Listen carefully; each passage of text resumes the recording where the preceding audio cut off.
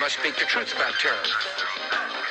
Let us never tolerate outrageous conspiracy theories, malicious lies that attempt to shift the blame away from the terrorists themselves. What happens? I tell you what happens. Blam! I have a window that looks directly at the World Trade Center, and I saw...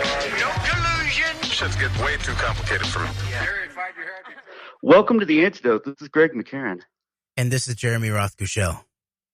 So, Jeremy, today we're going to go for a little while here, maybe 60 to 90 minutes here, talking about a specific story that came out last year out of one of the primary Israeli publications. Actually, I believe it's the Sheldon Adelson-owned or connected, now deceased Sheldon Adelson, Israel Hayom newspaper, and it's regarding a claim by Benjamin Netanyahu that Vladimir Putin personally, or on his behalf, at his request, it planned to intervene in a resolution that would force, in the Obama administration, Israel to agree to go back to accepting the borders that were established in 1948, which of course was the birth of the state of Israel.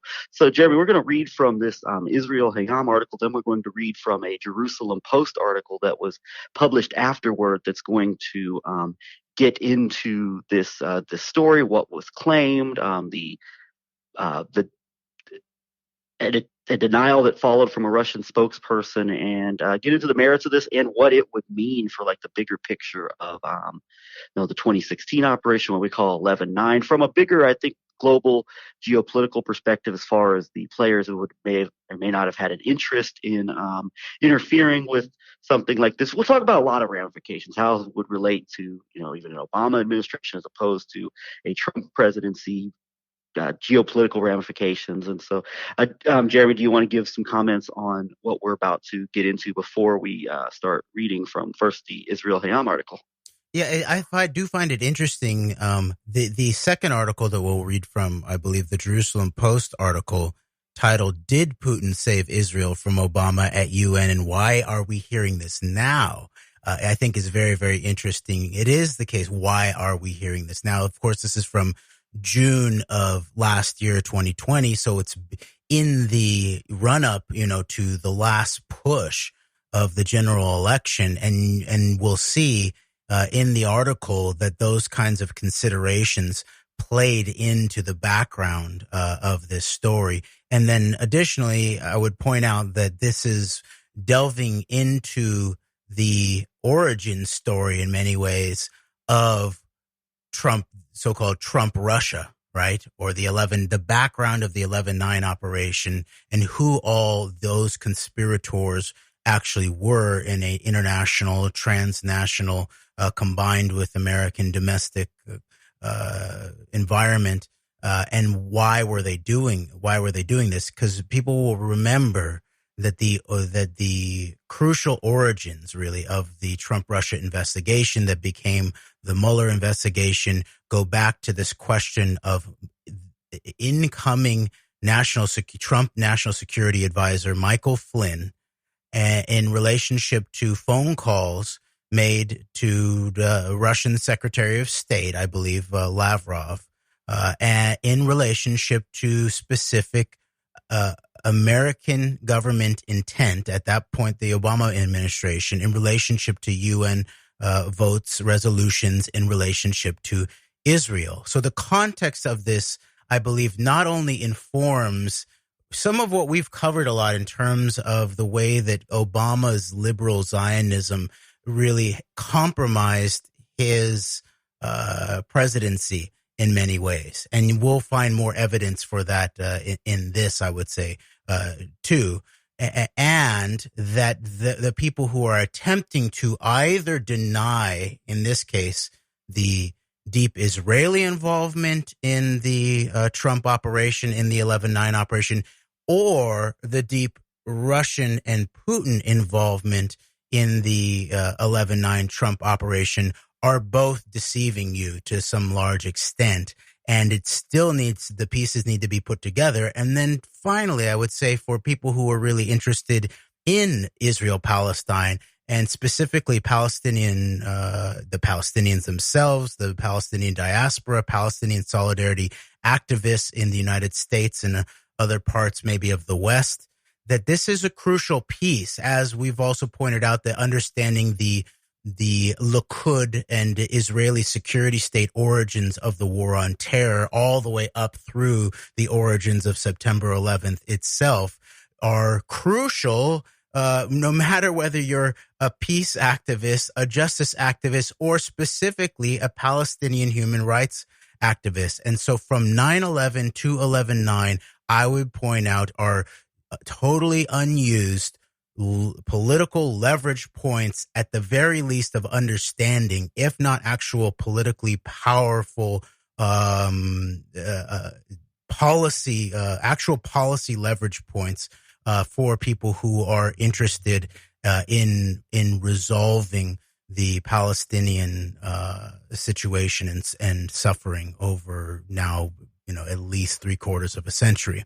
So I think that is the geopolitical context of understanding the importance of this story. Okay, should I get into it, Greg? Should I start reading? Yes, let's get into it let's head into this first, this Israel Hayam article. And so this is all from June of 2020. So let's get into it, and we'll just comment as we go along and read along. All right. Israel Hayom. The header line is, "This is where we stand." That's the Israel Hayom tagline. All right. The title of the article is "How Russia Saved Israel from a Palestinian State Based on the 48 Borders." Prime Minister Benjamin Netanyahu tells the story of a major drama that unfolded behind the scenes at the UN Security Council shortly before former U.S. President Barack Obama left office. Written by Ariel Kahana, published June 15th, 2020. And before we start, let's just remind people of the very mutual animus of Netanyahu and Obama. It was very obvious. There was just this very obvious, at the very least, coldness, to say the least, between the two. So much so to the point that Netanyahu circumvented the presidency and went to Republican led Congress to in order to make a speech coming to the United States in March 2015 in front of both chambers of Congress, just completely attempting to undermine the sitting administration policy on Iran as much as possible. So let's keep in mind just how cold this relationship was, almost from the very beginning, at least from 2010 on. There was well documented cases of just how cold the relationship was and the disdain that was there. So keep all that in mind as we read through this. And I would point out, in terms of what you just said, that I just heard yesterday on Clubhouse he's the self-proclaimed rabbi of Clubhouse, and he is a Chabadnik who is from Kentucky, named Shlomo Litvin, who was one of the lead speakers at this very recent, it looks like an Anti-Defamation League centered rally against anti-Semitism that looks like a follow-up to the Anti-Defamation League's virtual summit against anti-Semitism, I believe, while bombs were still dropping on Gaza during the latest rounds of Israeli atrocity. And I heard this self-proclaimed rabbi of Clubhouse, a Chabadnik himself. By the way, he worships at some level his cult. He has a cult leader, and Schneerson, who has proclaimed the supremacy of Jewish souls over non-Jewish souls. So that there's something there, right? And then we've talked about the background here, that if you go look at, there's a much stronger diversity of actually institutional Jewish religious life in the United States versus Russia. In Russia, it looks like that well over 90% of organized Jewish institutional life is Chabad oriented.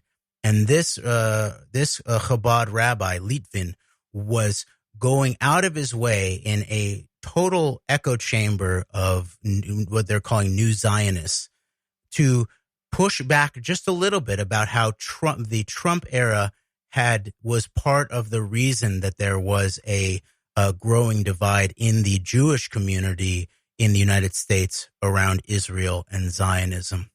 And he made a key point about what you referenced, Greg, about this moment when Netanyahu basically stormed into the U.S. Congress. And by the way, Jeffrey Blankfort pointed out to me that in Dennis Ross's book, the one that he was presenting on the night, May 9th, 2016, at the Kansas City Public Library, where all that went down, Doomed to Succeed, that Dennis Ross explicitly says that the Israel lobby, it basically uses Congress to pressure the American executive in relationship to the government of Israel, basically. And that's obviously the case. That's AIPAC's primary target over the years has been the large-scale domination of congressional political interests via funding and propaganda. There's a whole back end of espionage and blackmail that runs from the decades-long Anti-Defamation League spying apparatus to the Epstein-Maxwell apparatus, I would say. And Litvin made a crucial point that Obama had basically showed his betrayal of Israel, and that even this Jewish congressman he talked about from Kentucky was an anti-Semite and had betrayed Israel because he had spoken out against, I believe, this Netanyahu storming of Congress against the actual stated national interests of the American executive at that point. So this is a crucial point that they're trying to hold together, I would say. And I would say that a Chabad rabbi who's a key spokesperson politically is a mouthpiece for the global id of the 11-9 project, which is very much runs through Russia and also through Israel. And Chabad, I would say, is the institutional global Jewish religious organizational power network that you can see holds a lot of the operation together. And as we pointed out before, even Putin's rabbi, Chabadnik Berel Lazar, makes an appearance in the Mueller report. Ultimately, all right. So there, yeah, indeed, and that would be another fascinating conversation for another time. What you mentioned there, just like the diversity of opinion as far as within like the American Jewish community, as opposed to like this very tightly seems or Chabad centric aspect in Russia. So that would be a very interesting conversation at some point, and that seems to be undermined at some level or another, that diversity of opinion, however it exists. So that'd be an interesting conversation another time. All right. So to the article, and the article is framed with a picture of Putin looking up and to the right, sort of wary, pensively concerned, warning, something like that. And it's titled, Russian President Vladimir Putin attends the Navy Day Parade in St. Petersburg, Russia, July 28th, 2019. A photo by Reuters Sputnik, Alexei Nikolsky in the Kremlin. All right, quote, new details about some drama involving Israel, Russia, and the U.S. that played out behind the scenes at the United Nations Security Council some 4 years ago are coming to light.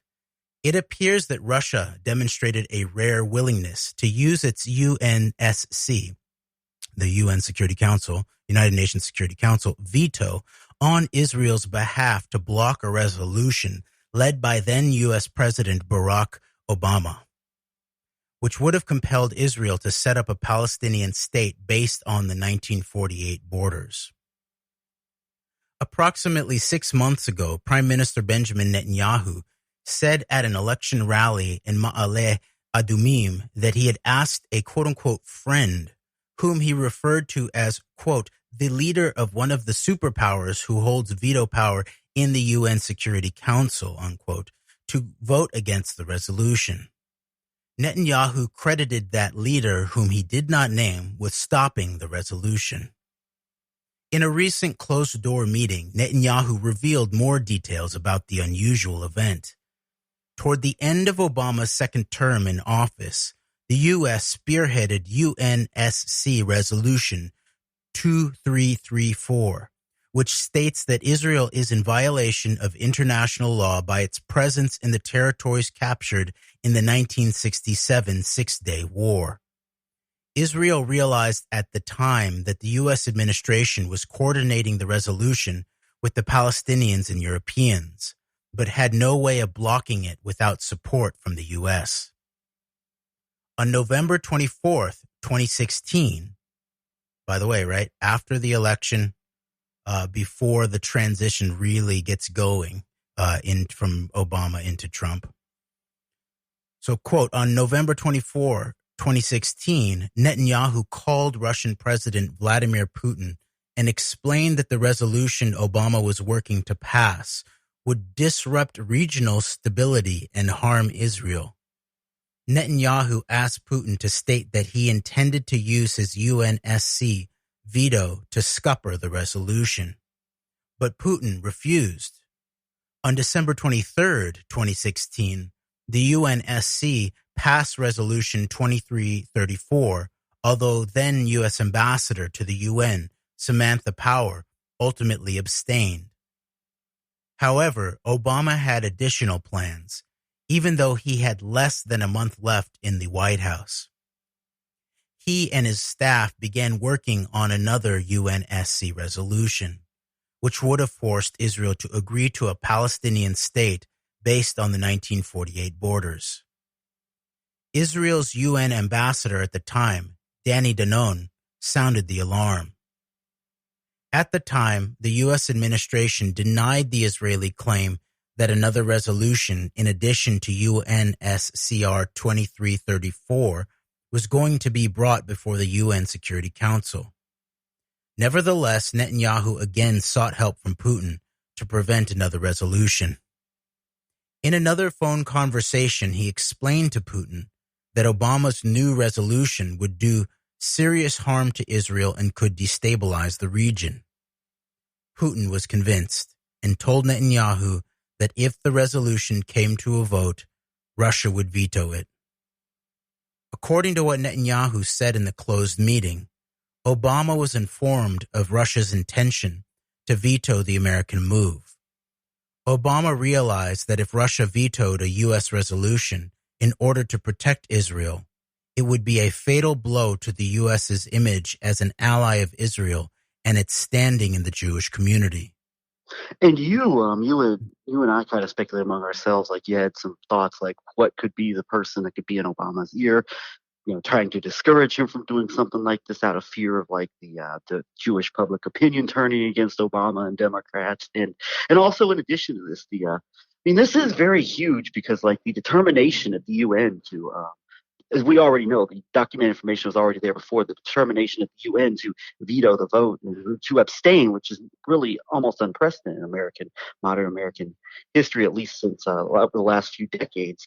The protector of Israel at the UN, and once again under Biden, it seems that like it's directly gone back to that role. And of course, people could say, well, it's a last minute, just like slap in the face on the way out. It's a symbolic gesture and all this. But I mean, this is especially if the second story is true, and Danny Danon's out there sounding the alarm about it. I mean, this would have been a monumental foreign policy move, like if this were actually steps were made toward this by a sitting American administration. Oh yeah, and there was I had speculation that an interesting outside figure who was sometimes referred to almost as Obama's Jewish whisperer is Jeffrey Goldberg, the former Israeli prison guard who is now the prison guard of liberal American minds as the editor of The Atlantic.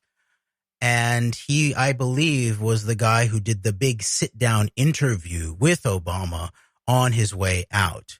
Now, it also makes sense that there's more internal, inside the administration voices, even maybe such as someone like his ambassador to Israel, Dan Shapiro, who could have been these voices. And then as we'll see in the Jerusalem Post follow-up article, the questioning of the veracity of this narrative, that there were obvious political calculations during the campaign, during the 2016 campaign, in relationship to the Democratic Party establishment and the candidacy of Hillary Clinton that played into it, which would not have needed an advising voice necessarily, I believe, in terms of Obama's potential political considerations moving forward as the recognized and de facto leader of the Democratic Party at that point. So, but we have to remember too that the key financier of massive aspects of the Democratic Party, a major, I believe one of the most, if not the most major financier of Democratic Party, especially establishment candidacies, is what's his name? Haim Saban.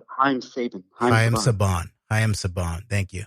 And so this is, structurally always in place. So, all right, there's one final line here before the end of the article. So I'll just read this last paragraph one more time, and then we can move to the Jerusalem Post article, unless you want to add some more comments. According to what Netanyahu said in the closed meeting, Obama was informed of Russia's intention to veto the American move. Obama realized that if Russia vetoed a U.S. resolution in order to protect Israel, it would be a fatal blow to the U.S.'s image as an ally of Israel and its standing in the Jewish community. Therefore, Obama decided to shelve the resolution, Netanyahu said. Geopolitically, this would be big geopolitically in that it would be representing of like what we've talked about almost as what did ultimately end up taking place in so many ways under Trump, which was like the shifting of like even being seen as like the America's image is being seen as like number one, like the global democratic world leader, and number two as like the protector of Israel, as like as the greatest ally to it. And so a move like this, it's very interesting, specifically like Russia stepping in as Russia is what we've identified from this whole multipolar moment in terms of the shifting of global power away from the West, which happened in a lot of ways under Trump, for better or for worse. We don't need to debate that right now, but the shifting of global power that was I would say for worse, but I mean I think it's clear that it was not done in right. a way that facilitated a better world or better American intentions. So. Yeah. Indeed. But as far as like the merits of like, America, I get what you're saying, but this is from that perspective, I think is very important that like this is directly being looked at, like the Obama administration in the last days grappling with the idea of Russia being stepping in and like almost like taking the place as like seen as like the protectors of Israel, of the Jewish state, and then with what took place in the Trump administration, which was just 4 years of like a combination of like shoring up like this hardline Israeli policies, but then also like just like removing like the traditional American role from the global stage in a lot of ways. So it's very interesting. This was directly grappled with in the last days of the Obama administration. Definitely, and as we'll see, implied and basically directly stated in this Jerusalem Post article, is that some of the reason for this coming out now, because as you can see from the last line of the original Israel Hayom article, is that the source on this is Netanyahu, right? So that doesn't mean that it's necessarily incorrect, right? So this is also part of assessing the total context, the all source intelligence analysis of a piece of information released in the media. You look at the source, you look at the timing, you look at different sources, you look at what's not being said, you look at what is being said and for what reason, and you'll begin to see that it looks like that just like a lot of the questions in relationship to what's being talked about this in this episode during the end of the Obama administration, that this was released in June 17th of 2020 June of 2020 as a story because of the upcoming 2020 election and its implications in relationship to Netanyahu and Putin's obvious asset, Donald Trump, and what they wanted their political world to know about what they would be potentially facing if the Obama vice president were to become the president. I think is what we will see. At the very least, I think going back to your previous point about like it's the at the very least like what would be the motivation to publish an article like this with these specific claims made in it by a paper that is known to be very supportive of like these really what would be called in a lot of places hardline moves? I mean, what would be the motive of that? Like, I mean, is it just it could be to put out like I don't see like a motivation. I mean, what that has to also be taken serious with the motive, like like if this wasn't what it was made out to be, then what would be the motive of publishing something like that? And that's a question that like I don't quite have the answer to. If it's not true, what's the point of putting it out there? I don't know. Well, the truth is not confirmed or denied by the motive for releasing the specific narrative in a way, because you can understand that the narrative that is released plays into the political desires of the person, in this case Netanyahu, who is the source of the story. So it's hard, I understand your point, but it's also, there's nothing said about the veracity of the story because that the narrative has been released as such. The narrative itself has these political implications and MO behind it, but it doesn't tell us the background of it. So in that case, then that's why we're going to read this Jerusalem Post article, because it has more background sourcing. And so we'll see the context of the Russian denial. We'll see some of the more of the journalistic background of how this story came to be. And then I would say that the question that really needs to be looked at is, why didn't we know about this earlier in relationship to, for example, people surrounding Obama? And maybe we did and we missed it. I don't know what's in Obama's book that he published about this, whether there's anything about this episode in it, or if there's denials of this episode, or what's happening there. And it's interesting because you had said, maybe Ben Rhodes might be a player in the guidance of Obama's political considerations in this. Well, and I guess to follow up on that, then I'll shut up and we'll talk again, is that it is very interesting that, like, why didn't we know about this before? And of course, that's going to be more the topic of like the Jerusalem Post article. I mean, that's actually in the title of it. Like, why didn't we? But you heard about the role of Flynn. You heard about the role of the Russian ambassador. You heard the role of even Jared Kushner brought into this, but nothing about like this Netanyahu claim about Putin greenlighting this. And of course, Kushner, going back to what we said earlier about Chabad, is the key, probably American direct intermediary with like the incoming administration and this hardline, this global Zionist movement that really ties into so much, both like leadership elements in Israel and Russia so much. So it's like, why'd you hear about them, but not this Putin thing? Like, that could have answered a lot of questions at the time. Like, if the articles, if these stories had been taken with the, they got a decent amount of attention, maybe not as much as they should have, but it was pretty, decently covered. It wasn't the most well kept secret, like this whole attempt to stop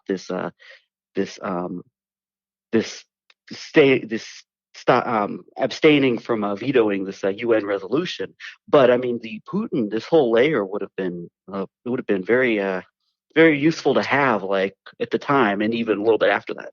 Definitely, and that's a crucial point, actually, because I think that if there's anything that's striking, that's obvious about I would say the implications of this and the motive for the Russian denial, is that it immediately what pops in my mind is that when I basically asserted to Alan Dershowitz live on C-SPAN that he was apparently not just some kind of normal lawyer who represents people who you may not like, as he said to me, but that he was apparently operating in relationship to some kind of long-term espionage axis of Russia and prior Soviet and Israeli intelligence in relationship to Pollard, but then also in relationship to Epstein.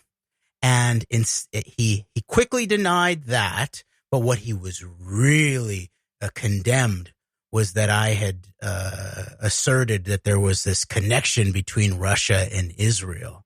All right. So this, I think, is what continues to be the really major globally implicative cover up that is very difficult to hold in place anymore, which is that although Russia, and you can see this in this story that Russia was not going to, or at least Putin was saying he was not going to step in relationship to vetoing a resolution condemning. I mean, how many resolutions have there that have quote unquote condemned Israel? So that was not going to be.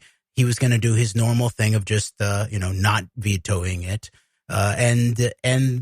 but then when it came to actual potential policy pressure from the long-term American patron of Israel to pressure an actual policy resolution, we'll put aside for now the actual, what amount of Palestinians would have appreciated or accepted the policy solution of the United States at that point, but just the fact of a credible policy solution being put into place and pressured by an American administration that was not, quote unquote, anti-Israel, but almost in a certain way resonant with a certain aspect of what Kennedy was accused of being anti-Israel, but actually was just a normal, in many ways, an American liberal Zionist who said, we're going to protect Israeli security, but we believe that the creation of the Israeli nuclear bomb will destabilize the region. And so that's why it's so interesting here that the other side in this case, Netanyahu's alleged pitch to Putin, is that holding Israel to account to resolve its more than 3/4 century atrocity against the American people, unresolved in terms of the Palestinians' human and national rights, that resolution would lead to some kind of regional instability. And so the flip of the rhetoric is very interesting, but there's resonance in many ways where Obama obviously is some kind of American liberal Zionist. They called him the most Jewish president ever. He had lots of Jewish friends. He's had lots of Jewish sponsors over the year. He understood the desires of the Zionism and the Jewish state and all of that. And he wanted to protect it even with his Iran deal. He saw that as actually doing what he thought was best, not only for the United States, but what was best for Israel. And then Netanyahu storms the U.S. Congress against that. And so this is the background context of this, is that this is actually I would say, an American national security liberal Zionism approach being stopped by these elements in Israel and now apparently in Russia too. It's a combination, I think, and I picked up on a couple things there you were saying. It's a combination of what you were saying about like the actual, you would think, best interest of like the Jewish state long term. Once again, taking out the dynamics of like the direct, Palestinian response or how just or unjust it would be, quote unquote. We're making terms like a combination of like actual like American global interests and actual interest of people who want to, I think, hold some type of viable long term, like something resembling a viable long-term state of Israel as it's known in some type of aspect related to its current incarnation. The actual best interest going all the way back from trying to stand down this attempt to get nuclear weapons and create this arms race in that region of the world and all the consequences coming out of that, to this more recent hardline moves that you've seen over the last couple of decades, coinciding with the rise of Netanyahu to political power and his 2 reigns as prime minister. And it's also, I think, a control move. It's a way to say, we're the ones that are in charge here. Like Bill Clinton was quoted saying, I thought we were the effing superpower. It's like it's an assertion of like, yes, we're going to protect you, but we're also like, we are, we have control and influence here. And then finally, one more motive with like a Putin would be that like this would be a major assertion of like quote unquote American power on the global stage. And you would think like if we're correct about this whole multipolar element in the Russia being directly opposed to like American flexing of foreign policy muscle, so to speak, of like global influence and all this. This would be a move like this would like it would reinforce like this narrative of like the Americans as like the global leaders in a big way, and I think that would be very, very counterproductive to, it seems, Russian interest in terms of like having influence in that region. So I picked up on those things. Like it would be like a reassertion of like American control. Like we're we're the superpower here. We still have a say in all that goes on here, and the forces who would not like that, which of course I think goes to both a Netanyahu and a Putin, as well as many people who were coming in around the incoming administration, who were very disdainful towards like American, liberal global power, or whatever you want to call it. So, yes. All right, and we'll see in this. That's one of the reasons why we want to read this Jerusalem Post article, is it brings out a more nuance and detail in relationship to the facts behind different motivations and how this story came to be, how it came out, and all of that. All right, so feel free to jump in anytime, Greg, on this. All right, the Jerusalem Post titled, "Did Putin Save Israel from Obama at UN? And Why Are We Hearing This Now?" Subtitled, "Regardless of whether one believes Netanyahu's side or Obama administration alums, there is still the question of why this story is coming out now, 3.5 years after Trump came into office." By Lahav Harkov, June 17th, 2020.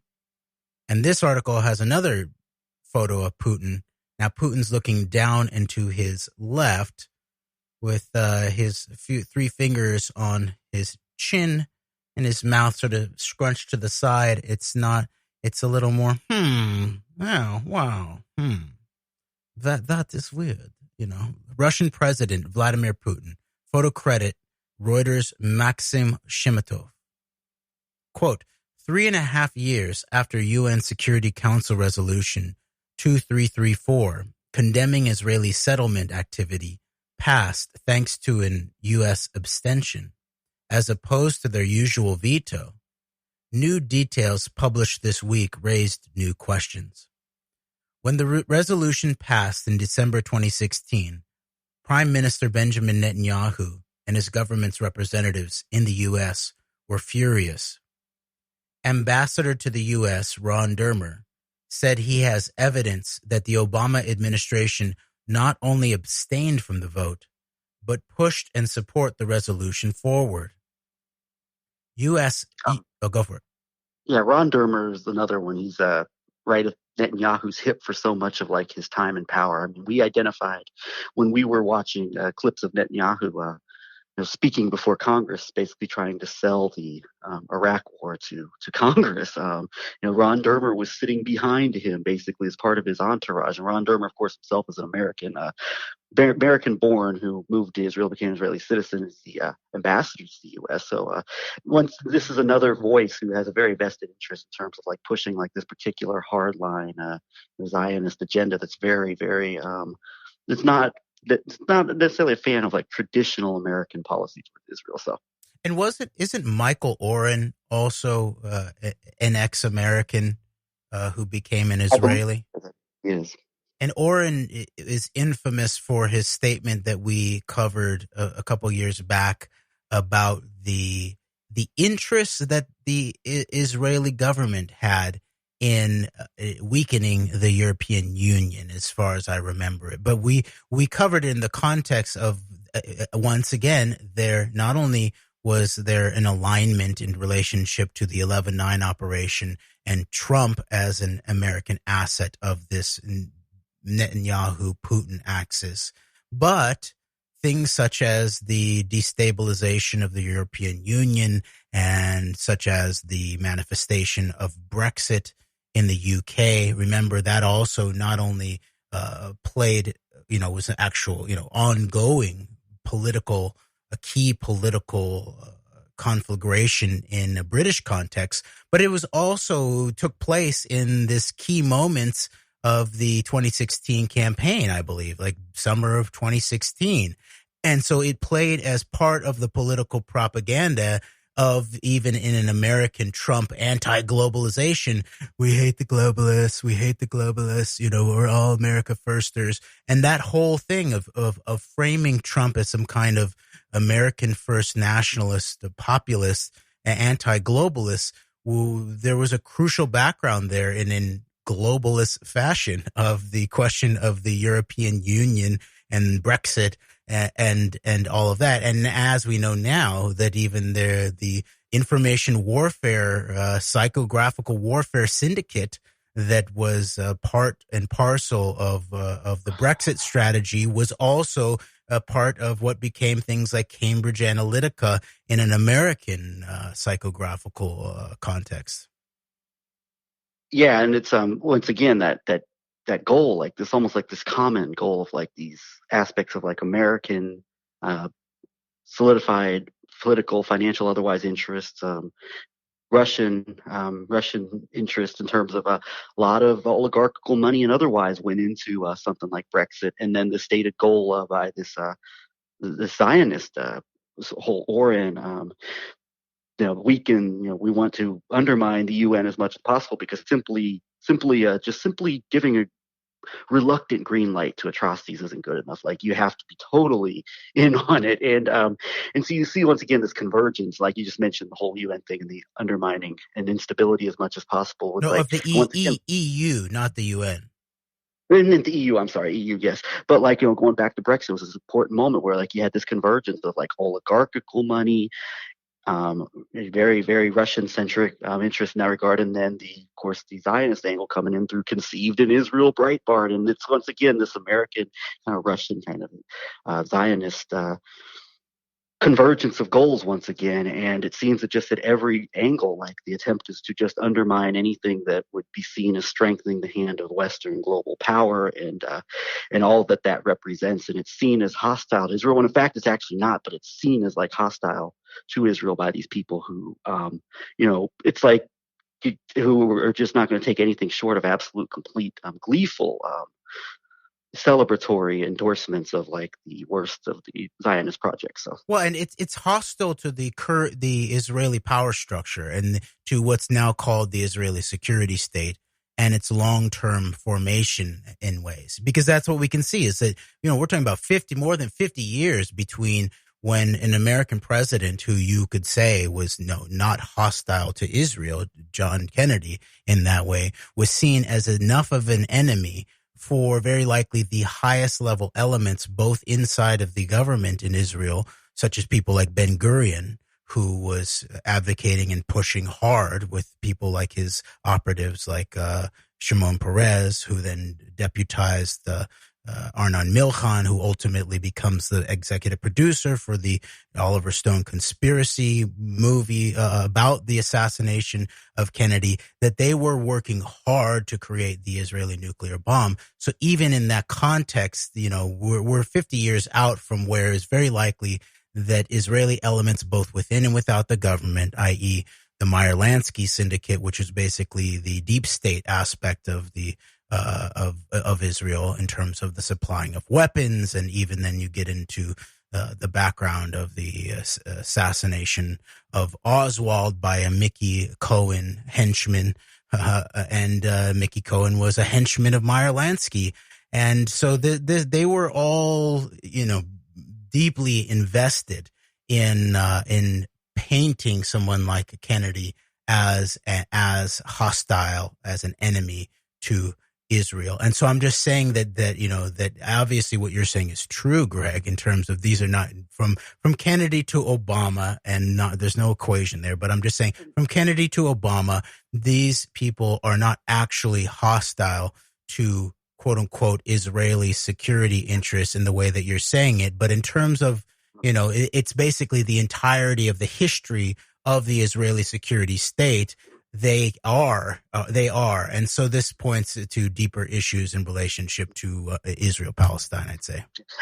And one more convergence of interest is that it's a combination of being against Israel. You hear that in one sector, and then sometimes overlapping, but from a different sector with a lot of overlap. You hear these guys are too soft on communism or whatever. I believe Kennedy was too soft on the Russians, right? But and Obama was going to bring some hybrid of communist Marxist caliphate to America. So there's a convergence of interest there as well. That's a great point. The frame is exactly the same, because in the American context of painting Kennedy as an enemy of the state, in this case, the Israeli state painted him as an enemy of the state, and the highest level elements in the United States painted him as an enemy of the state. And the way that he was painted as an enemy of the state in an American context was being soft on communists, being compromised by Khrushchev. And there's a whole background there that we have talked about reading the entire article about the deeper background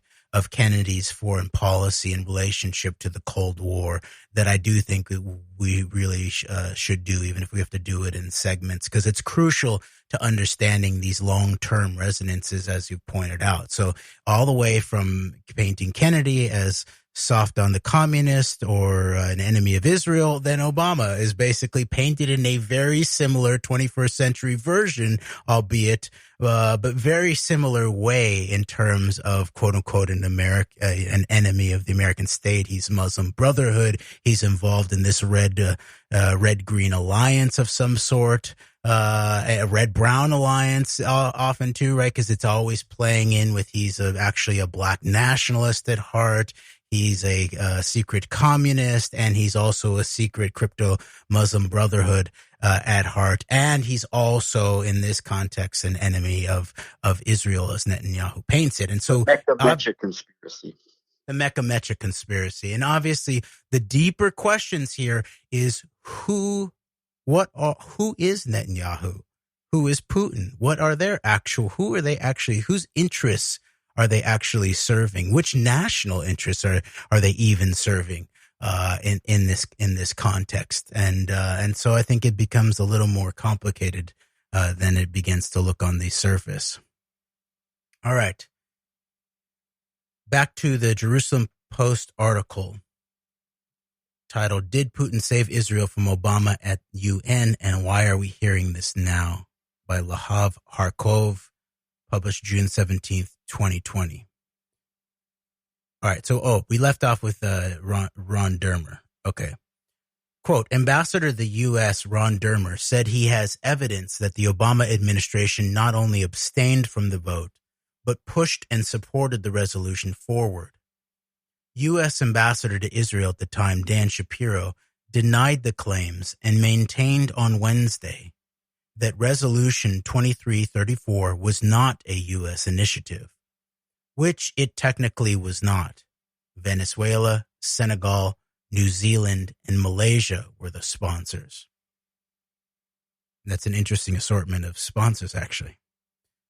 Okay, quote, but in 2019, a New York Times Magazine article featured a quote from an anonymous member of the Obama White House, somewhat confirming Dermer's account, saying that they ensured the vote would only take place after the November 2016 election in order not to scare donors away from Hillary Clinton's presidential campaign. An Israeli source said this week that Obama aides worked on the text as well.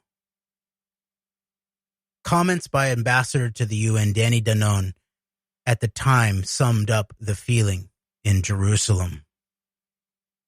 By the way, it's interesting, as we'll get deeper into the domestic Democratic Party motivations here, Obama and Clinton, remember what came out in relationship to Ben Shapiro's relationship to the Israeli Ministry of Strategic Affairs, I believe, and Avigdor Lieberman as the washer or the credible source for Paul Manafort information to push into the controlled American right via Shapiro and at that point Breitbart, I believe, that Hillary Clinton was in league with Ukrainian anti-Semites or something like that. I think that's what the hybrid of like Ukrainian anti-Semite, Nazi types. And it's very interesting with Shapiro being like the public respectable face around MAGA that's not going to be an apologist for like Russian interest or anything like that. But in this context, like pushing the bigger like right-wing media echo chamber sphere narrative from very direct sources, it seems like, as far as like propagators this information that directly matches into what led like this offensive of the Russians being the heroes and all of this, and Ukraine as opposed to the West. And that is that like the Democratic, the Obama administration, the Clinton State House are supporting anti-Semitic, Jewish hating Nazis. And so it's very interesting, but that was a pretty direct example that came out when that whole flow of information. There were a number of articles published about that a few years ago. And of course, the background here this story does point to serious, obvious issues in relationship to the American press and also the American progressive movement. I would say the alternative media left, let's say. That they didn't delve into this. They didn't get to the bottom of this, that this is somehow coming out from Netanyahu and Israeli establishment, Sheldon Adelson sponsored press, rather than via Jimmy Dore or Aaron Mate. They could have probably developed some sources that could have given some of this story to have connected the dots. They're too vested in a narrative that Russia could never do anything nefarious on a geopolitical scale, and that anything they do is simply a response to the aggression of the evil Yankees. So to be involved in something like that. And when you couple this with the fact that Hillary Clinton, as I pointed out over and over, at the time and since, that if you were to select the two candidates most obviously involved and apparently compromised by the Jeffrey Epstein Maxwell network, at the very least operating in relationship to long-term Israeli intelligence networks, the two candidates for 2016, of all of the candidates from the two major parties that would have been the closest, would have been Donald Trump and Hillary Clinton. So the deal was somewhat sealed, I would say, at some level. And so all of this kind of, rearranging chairs on the Titanic misses that point too, I would say. Yeah. And one more point on that front, where it seems like Trump is closer directly, it seems like the longer term mob, organized crime centric aspects around, like specifically say Maxwell, and aspects of like the global Russian Soviet based mafia, which really spread globally in the last days of the Cold War and on, whereas Clinton's more in with like this, it seems like this direct Epstein, maybe more in line with this whole Ehud Barak element of the Epstein operation, which of course in both ways it's kind of like a fixes in that regard, in terms of like Netanyahu and Barak ostensibly representing different political factions and parties in Israel, both very much being via two of the biggest purveyors of like the long-term global war on terror narrative, taking advantage of September 11th, as Netanyahu was attributed to have said good for Israel. And so it's it's very much like heads we win, tails you lose type of in terms of that. And of course there's domestic elements going on there in some ways. A Clinton presidency would have been different from a Trump presidency, but like in terms of like the bigger scale of things from this perspective, in terms of like the compromising of our politicians by a hybrid of like these global organized crime interests and direct long-term Israeli intelligence interests, it is basically like you lose regardless. So. Exactly, and that's a great point. Is that what we were choosing between? Let's say we had a choice in 2016, was whether we were going with the maybe more Israeli American part of the Epstein Maxwell network global syndicate, or whether we were going with the more Israel Russian part of the syndicate. And remember, Robert Maxwell is the key figure to understand here, and he was described even by UK intelligence as being very, very close and potentially a direct agent of Soviet intelligence interests, and not just Israeli. So it is the case, I think, that you're right, that there was a difference, but it was the difference between which arm of the Epstein-Maxwell global network we were choosing from. Were we choosing from the Ehud Barak side, or we were choosing from the Ehud Barak into America side, or we were choosing from the Netanyahu into Russia, Putin's Russia side of the network? And it really came down to that potentially. And not that didn't make a difference. I think it would have there would have been major differences. But the deeper thing is the level of compromise in relationship to this deeply criminal network. So, all right, back to the article. Okay, quote, comments by Ambassador to the UN, Danny Danon, at the time summed up the feelings in Jerusalem. All right, this is a quote from Danny Danon. Quote, to be in a room and see all the other member states voting against Israel and the U.S. allowing it to happen was a moment I will never forget, unquote, Danon said. Quote, I think the resolution was the lowest place in decades regarding Israel and the U.S. at the UN. We did work with the U.S. mission very closely and we achieved a lot of things together. But that shameful vote will be what people remember of President Obama's presidency. They will remember that moment when the U.S. abandoned Israel and allowed a one-sided resolution to pass, unquote. He says the lowest place in decades regarding Israel and the U.S. at the UN. Wow. Okay. Quote, but it turns out that the acrimony in Danon's words and those of others were hiding what was, in Israel's eyes, even more egregious behavior by then U.S. President Barack Obama and his administration. An Israeli source confirmed most of the details of an account in Israel Hayom this week that Obama pushed a second UN Security Council resolution that would be damaging to Israel, and Netanyahu ended up convincing Russian President Vladimir Putin to threaten a veto. The resolution was never actually submitted to the UNSC because it had no chance to pass.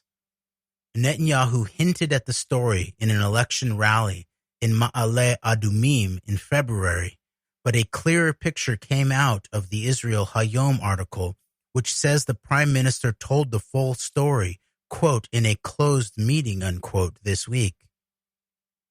Months before Resolution 2334 passed, journalist David Ze'ev Jablinowitz, who was a correspondent for Israel Radio in 2016, spoke to Obama in October of that year and confirmed that part of the story.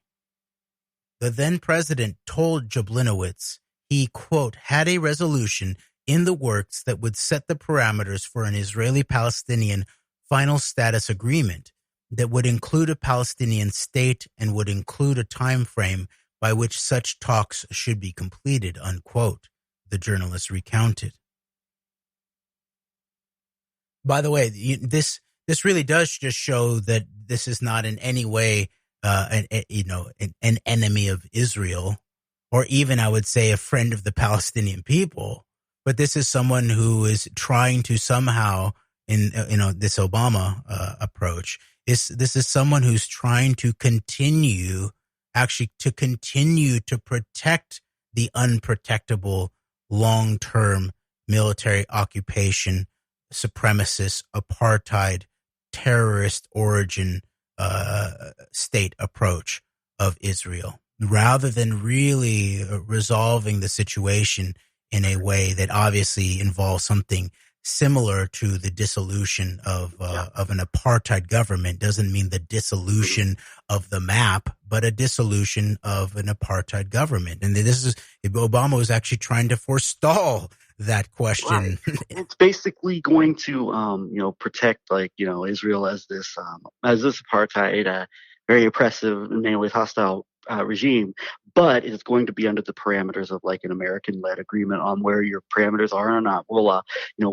keep this. We'll quote unquote contain your quote unquote enemies as much as possible, but you're also not just going to have free reign to do everything you want either. And so that's a bridge too far for like these people who just want to just have what is called Greater Israel, or whatever you want to call it. I mean, it's a bridge too far for these people. But once again, Jeremy, I go back to what I mentioned earlier. And wait, Greg, before you say that, Greg, what did you say Rabin had said at one point? Oh, I read a quote. I'll have to verify this because I think I stumbled upon something. I didn't get much of a chance to look at it, but apparently before he died, Rabin had been quoted as saying the days of Greater Israel are over. And I'll have to verify that, validate that. But I think I read something along those lines. Okay, thank recently. you. And back to your thought. Sorry. Yeah. And I mean, once again, though, like, has this been reported on anywhere else that like this serious push to like force this state and all this, or even like no, much less like a Palestinian state, which has been talked about for years as a concept, but like I would say you haven't seen any really serious action towards it on an American front,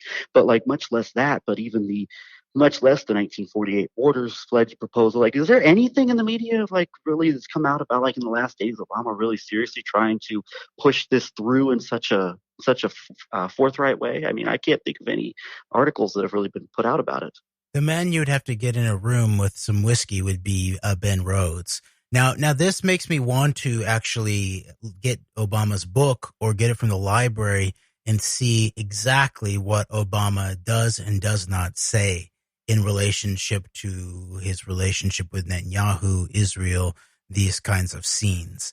So I think it would be instructive. I imagine that this is covered very delicately in that book. Okay, here we go. Back to the article.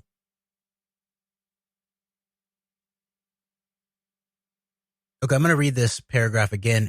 Quote, months before Resolution 2334 passed, journalist David Ze'ev Jablinowitz, who was a correspondent for Israel Radio in 2016, spoke to Obama in October of that year and confirmed that part of the story. The then president told Jablinowitz he, quote, had a resolution in the works that would set the parameters for an Israeli-Palestinian final status agreement that would include a Palestinian state and would include a time frame by which such talks should be completed, unquote, the journalist recounted. Quote, the impression I got from him was that he wanted to show he was a friend of Israel, but the resolution was all about Netanyahu and the right wing, unquote. He added. I just want to point out here, too, that like this makes a lot of sense in terms of the legacy of American presidents.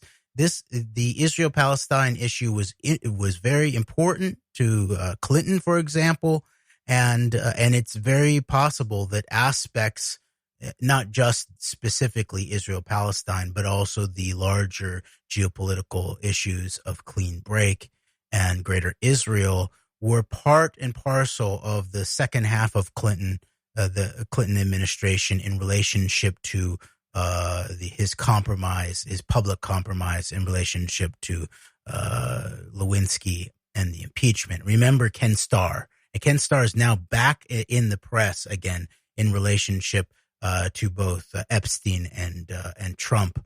And remember how crucial Ken Starr was to that operation. And so just like Dershowitz, it shows himself to be, going from case to case of these crucial figures, not just people that I don't like, quote unquote, but key individuals of an espionage operation, whether it's Pollard or Epstein, Maxwell, that these people like Dershowitz and Starr, they not only help defend Epstein, and in the case of Starr, attack Clinton, but they also then are on the front lines of defending Trump.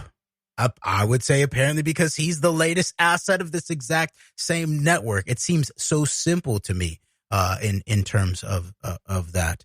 But I would just say that similarly, Obama, you could see that the political calculations of all of this, of waiting to the very end to deal with the most difficult of American presidential issues in terms of Israel-Palestine, that would be something that Obama would want to do. Even if it were just for his legacy, this would be the moment when he would pursue the most difficult proposals that he was going to be putting forth. And plus, he had the way that people always describe the interpersonal, motivations of people like George W. Bush in relationship to Saddam Hussein and his father and all of that.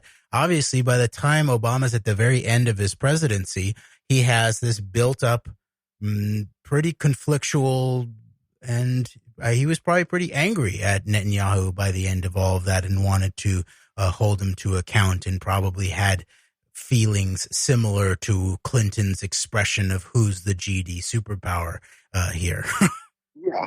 I don't think Obama probably didn't forget things like that publisher of the Atlanta Jewish newspaper calling for his death and all that. I mean, you didn't forget all the nonstop articles that were put out against him, and like just the people talk about like, like Zionist pro-Israel propaganda against Trump. I mean, come on. Obama's presidency was just a nonstop array of attacks against him by the pro-Zionist, pro-Israel press. And this even extends into like the American-centric neocons who ultimately split with Trump over over some of the bigger, I think, global aspects of like what the Trump operation represented. But it's a full-pronged assault on all things Obama from this entire media chamber, all the way from like the American William Crystal centric neocons to the actual ones who were actually largely got behind Trump and were responsible for Trump at the end of the day. So I mean, it's he probably didn't forget things like that. And then one more thing you mentioned with regards to Obama saying this is good for Israel is that it's interesting, is Obama framing this as good for Israel as opposed to Netanyahu, who's actually going to be damaging for Israel in the long term? And once again, it goes back to something we've been talking about among ourselves. I think we've talked a little bit about it on the show, is Netanyahu, much like Trump being a friend like America as we know it, American power, Netanyahu had a similar role in terms of Israel, Obama presenting himself as the friend as opposed to the enemy from within. I mean, I wonder about that. Yeah, and it's complicated with Netanyahu because Netanyahu is also obviously the architect of the real political power, the growth of Israel from being in a very weak place in relationship to the turn of the millennium. Economically, certain aspects they were recovering politically, but then, of course, September 11th, then the rise of the globally powered Israeli security and tech sector, the rise of the kill switch diplomacy approach in relationship to Israeli technology is running the world. Israeli technology is driving the world, as he said at AIPAC in 2018. So it is the case that Netanyahu actually did help create, and I think he was a crucial piece to the policy I think he was crucial to the policy of the war on terror, for example. I think he's a credibly accused central suspect for the September 11th terrorist attacks, mass murders themselves. I can't think of a single person who I think is more at the core of that credibly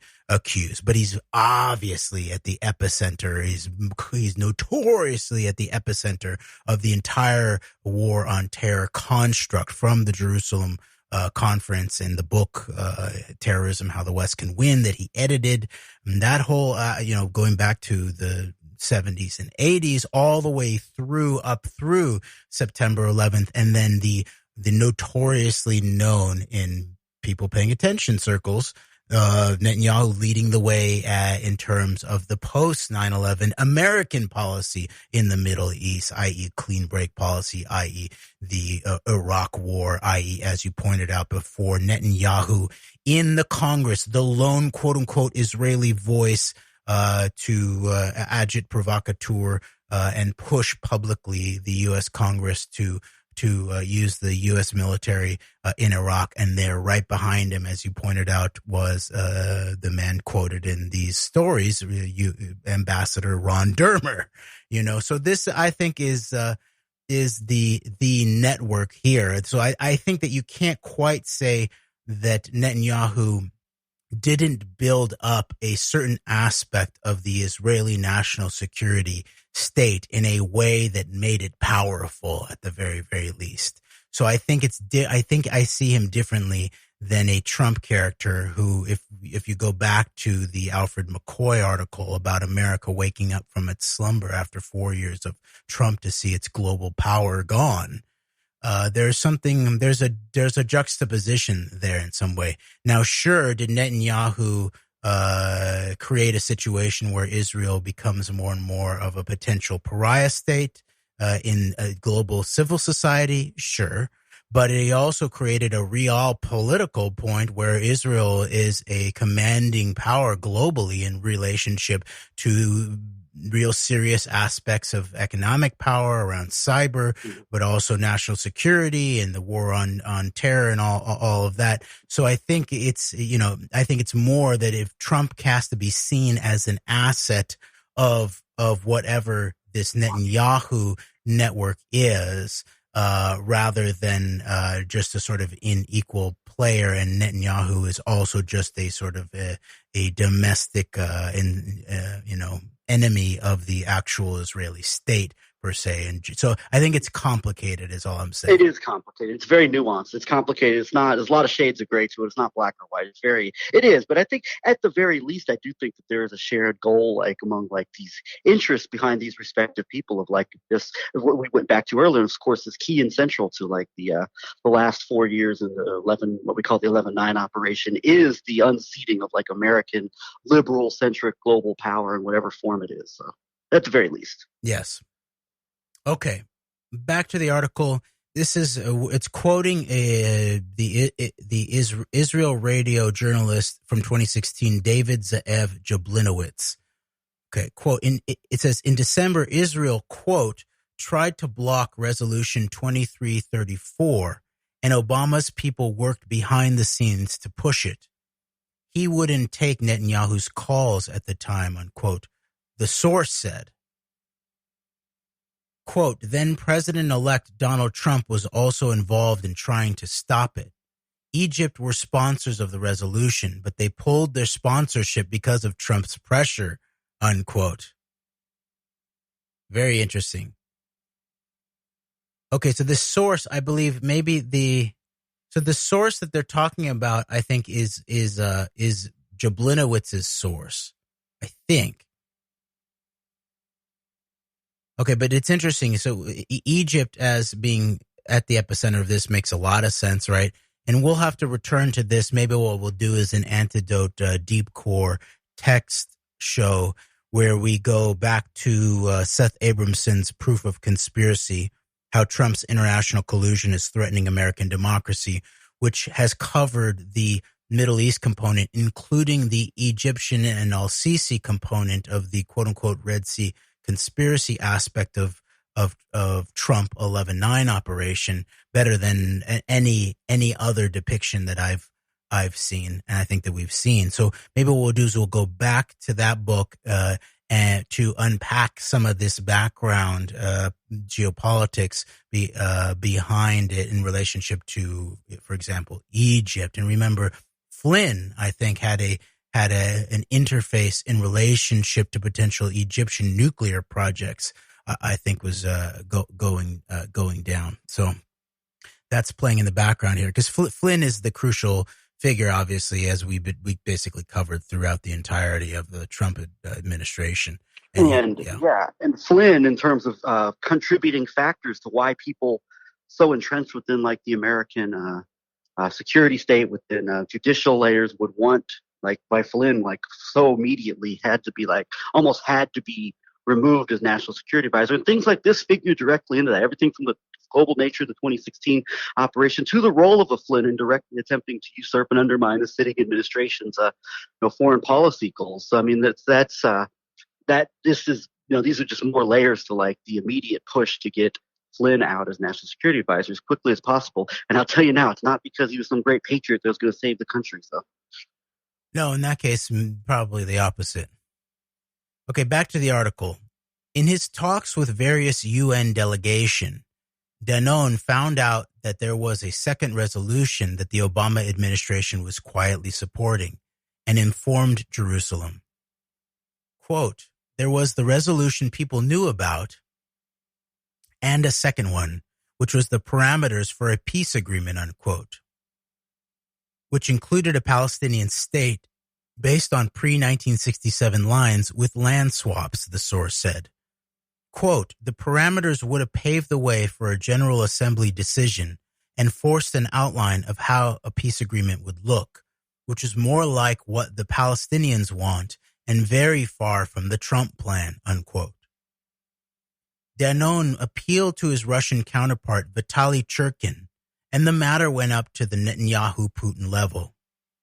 The Russians did not agree to veto Resolution 2334 condemning settlements, but they were opposed to the second one and generally did not approve of the Obama administration making these last-minute moves right before Trump took office. The Israeli source posited that the Obama administration did not want to be seen as less pro-Israel than Russia, so they backed down from the second initiative. Jablinowitz may have played his own part in the second resolution not going to a vote. During his October phone call, he suggested to Obama that he tell the U.S. Embassy to Israel's staff to reach out to the Zionist parties in the Knesset, suggesting that while the Israeli left may want a two-state solution, they may not like it being imposed by a UNSC resolution. An Obama aide later contacted Jablinowitz to tell him he was right. And Labor and Meretz, in addition to everyone to their right, did not support the idea. Shapiro denied the story. Quote, I don't know anything about promises Putin might have made, and I certainly wouldn't trust him. The idea that Israel had to be rescued by a Russian veto is false. By the way, as they pointed out, I think it was in the prior article, that he's using legalistic and sort of diplomatic language, basically, because it didn't have to be rescued by the Russian veto because it was never brought to a vote. Would he deny that Stalin had as much of a role? I mean, would he deny that the now hated, probably rightly so, Stalin also had a major role in terms like the establishment of Israel, recognizing it within minutes of Truman, all the Eastern Bloc support that went to the Zionist fighters in Palestine. I don't know if he would deny that as well. I mean, obviously that's more historically documented, but it's he wouldn't deny it. He would use diplomatic language to say that they were that Soviet Union was the premier or first supporter of Israel is to deny reality, is the way that he would put it. I think, because obviously that what's going on here is there is a conflict between the Zionist establishment aspects, is what it looks like, right? East and West, I guess. And going back, even that's another thing. Well, maybe at some point we'll deep dive into that at some point in the future. I don't know when, but that's been a continuing narrative since the establishment of the state of Israel is that conflict with a lot of Zionist Jewish establishment intellectuals opposing this, saying that the establishment of the state would be bad for the Jewish people. That whole debate's been going on for many, many, many years. It's nothing new. Well, yeah, I mean that you're talking about an even deeper.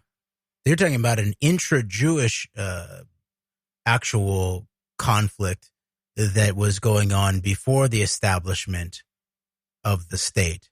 And this is actually just the post-establishment of the state conflict within the Zionist Jewish community, because the actual conflict within the Jewish community was totally pretty much undone at the levels of power and establishment in the run-up and in the ultimate wake of the establishment of the Jewish state, basically.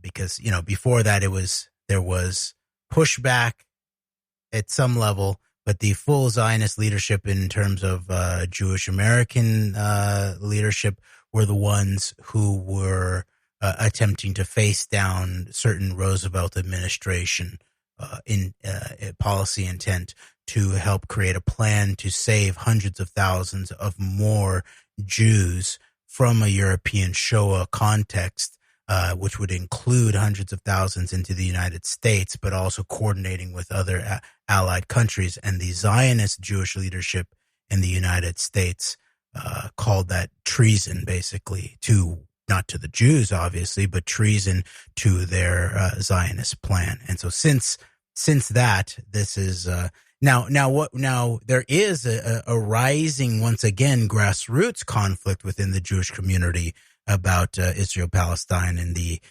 idea of the Jewish state. But that's not what level this is operating at, which is interesting. That this journalist, Jablinowitz, if there's any, thinking about journalists who work in an American context for like Voice of America, or like, Tucker Carlson's dad, right? The running Voice of America. Those are obviously not just journalists. Those are obviously elements of the state apparatus under guise of journalists, and be very obvious in American context. And the fact that he was working for, what was it, Israel Radio or something like that? Israel Radio, yes. Yeah. So this is obviously not just a journalist. And the fact that in this Jerusalem Post article, she points out that he played a role, the journalist played a role. This begins to make me think of, people like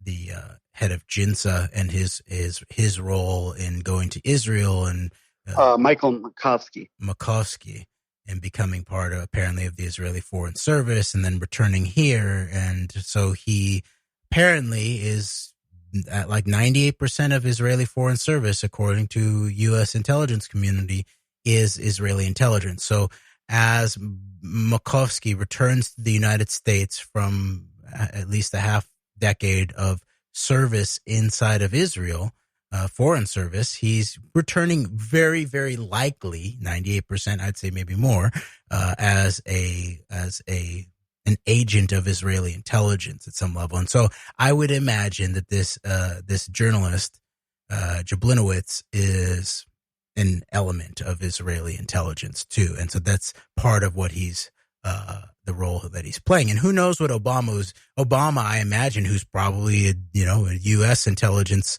operative from way back, just the same in many ways, is very likely knows this case, and he's actually doing back channel diplomacy of some sort. And that's he's trying to feel the waters out, which is why, if this is true, this is why he would have told this guy. It's not like Obama wouldn't have known that this guy wasn't actually operating at the highest levels of the back channels of the Israeli government. So, all right, but now it's going to get it. We'll start getting into the Russian response to all of this, which is interesting too. Okay, Shapiro denied the story. Quote, "I don't know anything about promises Putin might have made, and I certainly wouldn't trust him. The idea that Israel had to be rescued by a Russian veto is false." But I think this actually now, Greg, I think you're probably right. He would have actually, Shapiro would probably deny Stalin being involved in recognizing Israel, according to this next quote. Here you go. Quote, "There was no second resolution planned, and the first wasn't our initiative," unquote. Shapiro added that, quote, "the Israeli administration knew that at the time," unquote. All right, there's still a little fishy language there, but it sounds like a straight up denial of some sort. As for the claim that Obama would not take Netanyahu's calls, Shapiro said it, quote, "doesn't sound right," unquote. And he doesn't recall Netanyahu trying to call Obama at the time. Russian Foreign Ministry spokeswoman. Let's get Aaron David Miller on this, who tweeted out shortly after Biden took office that Netanyahu's not in Kansas anymore. Biden will call him when it's his turn. So that doesn't sound right either. So it's interesting. Obviously, Shapiro knows how to parse his diplomatic language very, very carefully here with these non-denial denials of some sort. And Maria Zakharova, this Russian Foreign Ministry spokeswoman, isn't she the one who originally, like early on after 11/9, was the one who sort of hinted at not Russians, along with Putin, but that not Russians, but Jews who are Russians might have been involved in this or something like that? I think she was part of that whole. It's possible. I don't remember. It's possible. I don't remember. And then, yeah, it's possible. And it was funny that Oliver Stone was like the American who goes on on a network talk show and says that it was the Israelis interfere in your elections all the time. But I don't remember if it was her or not. It would make sense, perhaps, from like a Russian PR perspective. I remember her being. I'm pretty sure that she was like the earliest public voice on that during early on in the Trump administration. I can't remember exactly, but we'll have to look that up. Okay, Russian Foreign Ministry spokeswoman Maria Zakharova denied the report that Putin stopped the resolution, calling it, quote unquote, disinformation. Zakharova pointed out that Russia already recognized the Palestinian state in pre-1967 borders in 1988 and reaffirmed Russia's position in support of direct negotiations for a two-state solution. What is indisputable is that 2 days after Resolution 2334 passed, then Secretary of State John Kerry gave a long speech on how the Obama administration envisions a two-state solution. The plan described in the speech is consistent with the Israeli source's description of the second resolution that never came to pass. There is still the question of why this story is coming out now, 3.5 years after Trump came into office. Now, quickly, by the way, obviously what the Obama and Kerry were trying to do was trying to save the two-state solution crapola, which had been, go back. That's like the end of the Oslo's over. And by the way, Oslo, and this story's coming out recently in terms of the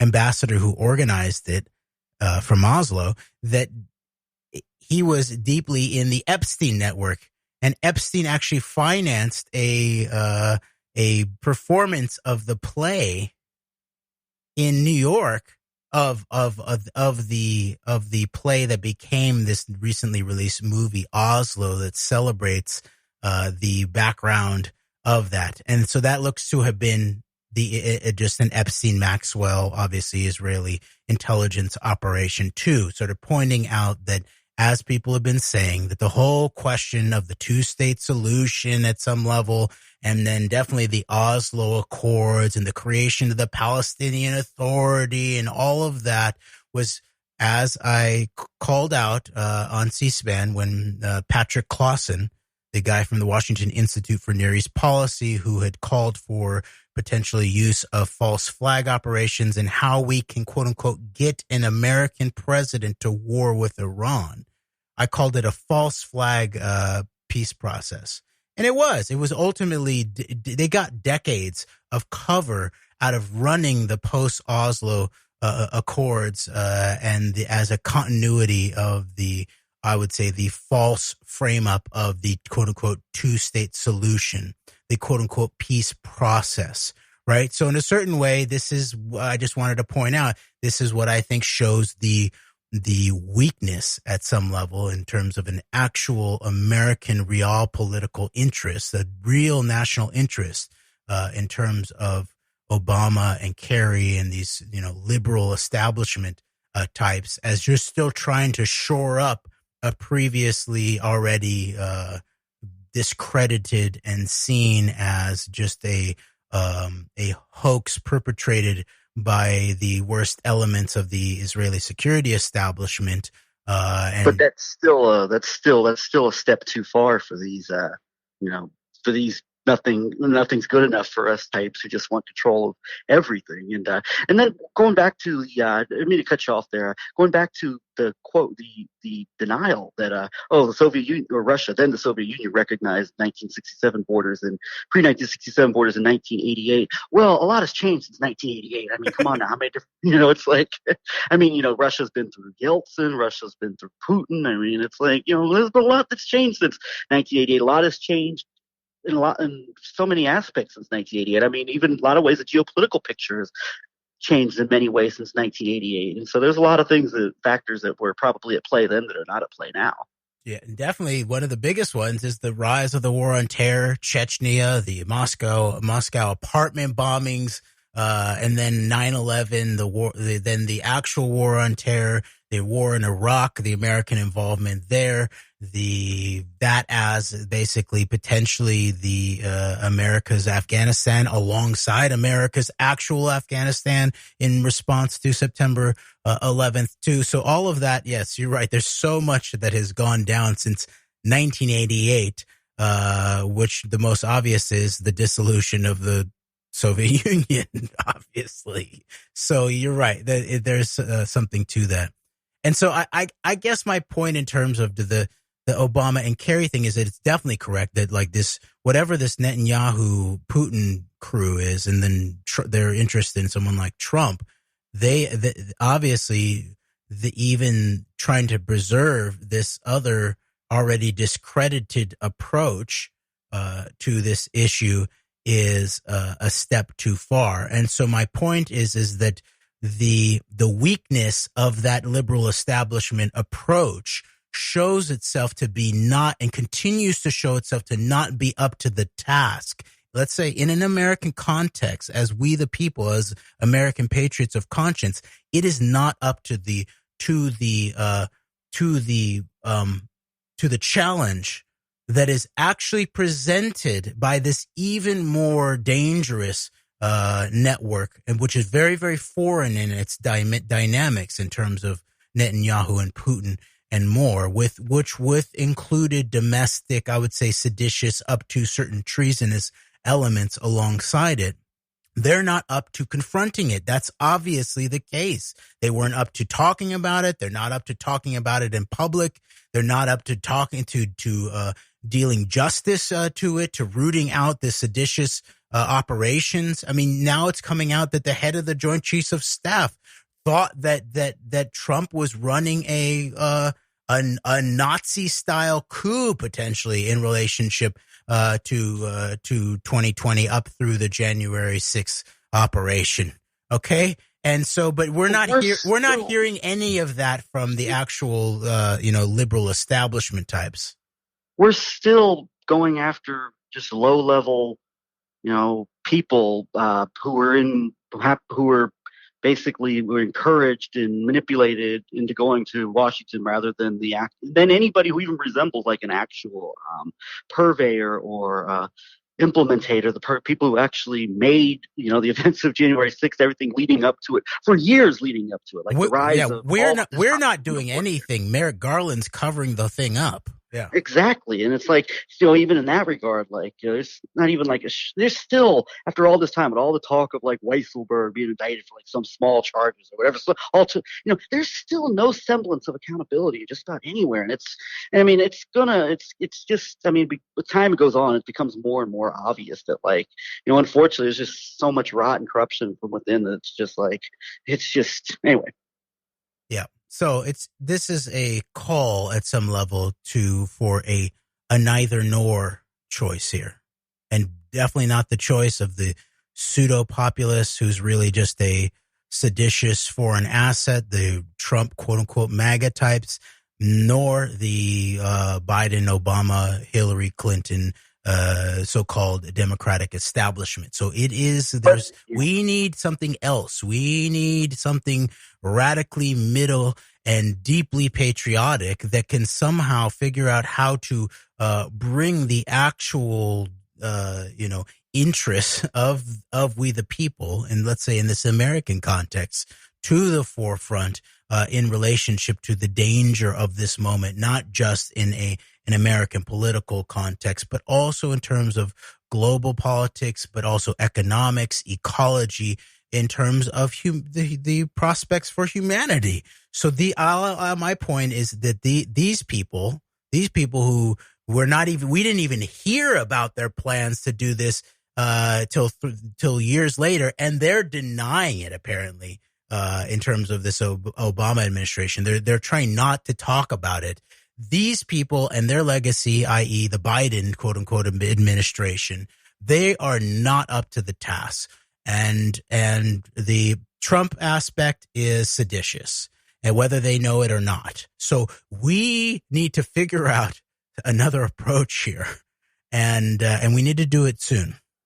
And that element is continuing to be empowered once again, either to pave way for Trump once again, or for somebody else who could even be worse. I mean, and it's like there's so many consequences to not even trying to nip this thing in the bud in the slightest way. Exactly. All right, back to the Jerusalem Post article. Okay. All right, so they left off with there's still the question of why this story is coming out now, 3.5 years after Trump came into office. The answer is likely that it is politically beneficial to both Netanyahu and Trump. And the fact that the story came out in Israel Hayom, owned by Sheldon Adelson, who supports them both, supports that theory.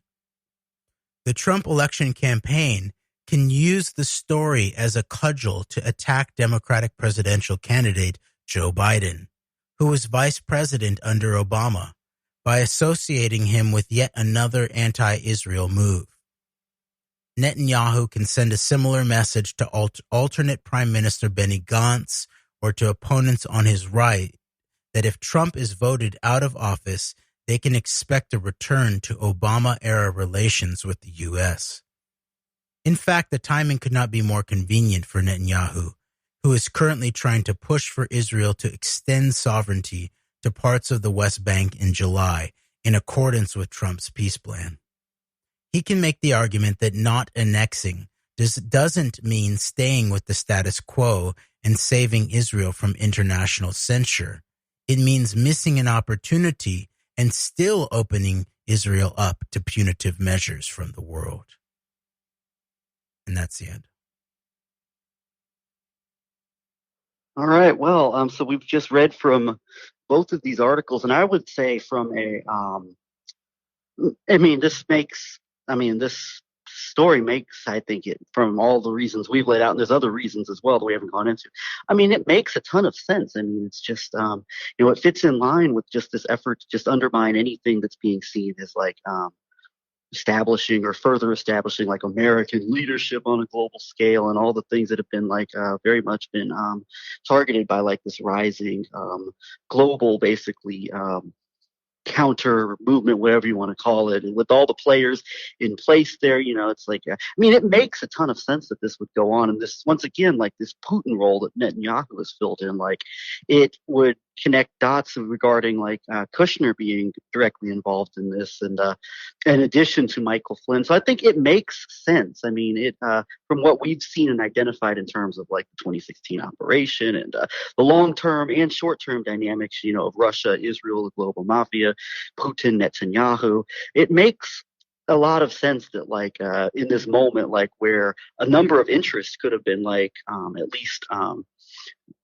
very serious counterproductive measures to a number of interests on a global scale was being pushed by an American administration that was mutually despised by both, I'd say, like aspects of the Russian power structure and obviously within the Netanyahu wing in Israel, that this type of effort to stop, undermine, if as much as possible, if not outright stop this effort. I mean, it makes a lot of sense. It also makes sense that like Obama would wait until the final months of the administration to both kind of stick it symbolically to Netanyahu through the refusal to veto the UN resolution. And then what you were putting out there was like the things of like the legacy. You still have this like personal ego at play of like being, oh yeah, I did this. My name's going to go down in history for doing this. So I mean, it makes a lot of sense. I can't really think of too many counter arguments for it as much as I can, that it makes a lot of sense. And I'm not saying one way or the other this is what happened, but like it makes sense on a number of different fronts. Yeah, the only thing that seems to go against it is the source of it is Netanyahu, but that's not enough. And the way that everyone responds to it, and these other sources, including apparently some kind of Obama source, I imagine it's someone like who also has potentially encountered both Netanyahu and aggressive Israeli intelligence, someone like Ben Rhodes himself, who you on C-SPAN brought up with Ben Rhodes. After it came up that he along with other Obama people specifically involved in the matters surrounding things like Iran, the Iran agreement and issues of the Middle East. Cuba as well. Let's think about with regards to current events in Cuba. Rhodes is involved in trying to lessen historical tensions with Cuba as well. So that's also in the play as well. Very good point. And that he had been targeted by Black Cube, right? I think was the who he had been targeted by, along with other Obama administration members. And he obviously had a lot more feelings about it than he was willing to say publicly. And there was even, more recently, he did a conversation with the recently sort of resolved Zionist of conscience or something like that, Peter Beinart, about some of these aspects of Israel politics in relationship to the liberal world order, Democratic Party, the Obama administration. And there's obviously Rhodes was in the room at certain key moments, and he knows certain aspects of the aggressiveness, not only of Israel, the Israeli leadership, Israeli intelligence, but also of the Israel lobby in an American domestic political context. So I could imagine that someone like that would be a source on some of this in terms of wanting the world to know some of the actual background here. But I agree with you, Greg. I think this is very credible. I believe the way that everyone responded to it makes me think that it's exactly that something like this exactly happened, and that Netanyahu's sin here was, in terms of both Putin and Obama, was exposing this stuff that's meant to be unsaid, that's supposed to be beltway politics in an American context, and purely of the realm of the Kremlin in a Russian context. And just like Trump would at times blurt out things that were, or use certain pieces of information for his own political interests that were legitimate and truthful, but they were being used for specific ways. I think this is something very similar to that in terms of Netanyahu and the timing of it. Was Netanyahu running his mouth like around maybe more Russian central, Russian immigrants, a crowd of them, and saying this stuff to him, try to win up short? I mean, it's very possible. I'm gonna go back to one last thing from a long-term perspective, and I'll probably wrap it up here shortly after this. But the going back to, I mentioned earlier, like the whole Stalin hand in terms of like the establishment of Israel and the Soviet hand, and once again I go back to this article that we read from a while back here on the Antidote, how secret Russian spy Kim Philby helped found Israel. And that was in the Daily Beast in May of 2017. And in there's a reference about the secret KGB archives regarding, I guess, Israel that like Putin has refused to disclose and allow.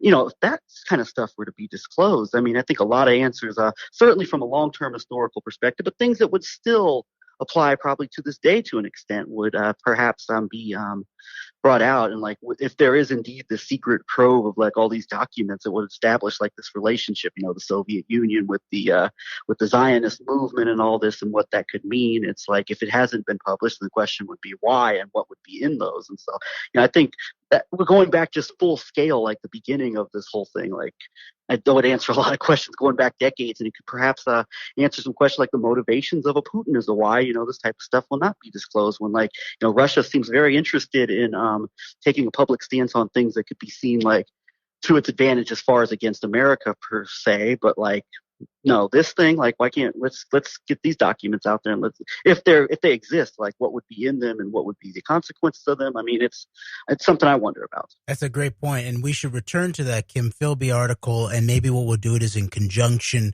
with reading from the book The Fifth Man by Roland Perry about the missing piece of the Kim Philby Cambridge 5 Soviet spy ring, which Perry puts Victor Rothschild at the epicenter of that, which has some very interesting implications for our current moment, because Rothschild is apparently at the epicenter in a British context of the rise of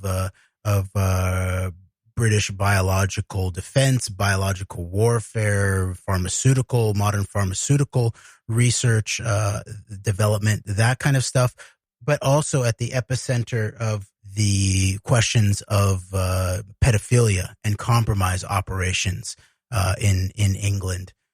So that would be crucial. And I'll just, to finish up here, I will mention a few names that I think might be implicated in relationship to these archives that may very likely exist, and a few names from an Israeli context that might be interested for that to not come out would be someone like the former Prime Minister Benjamin Netanyahu, Natan Sharansky, Avigdor Lieberman, the aforementioned Victor Rothschild, and then in an American context, Henry Kissinger and James Jesus Angleton.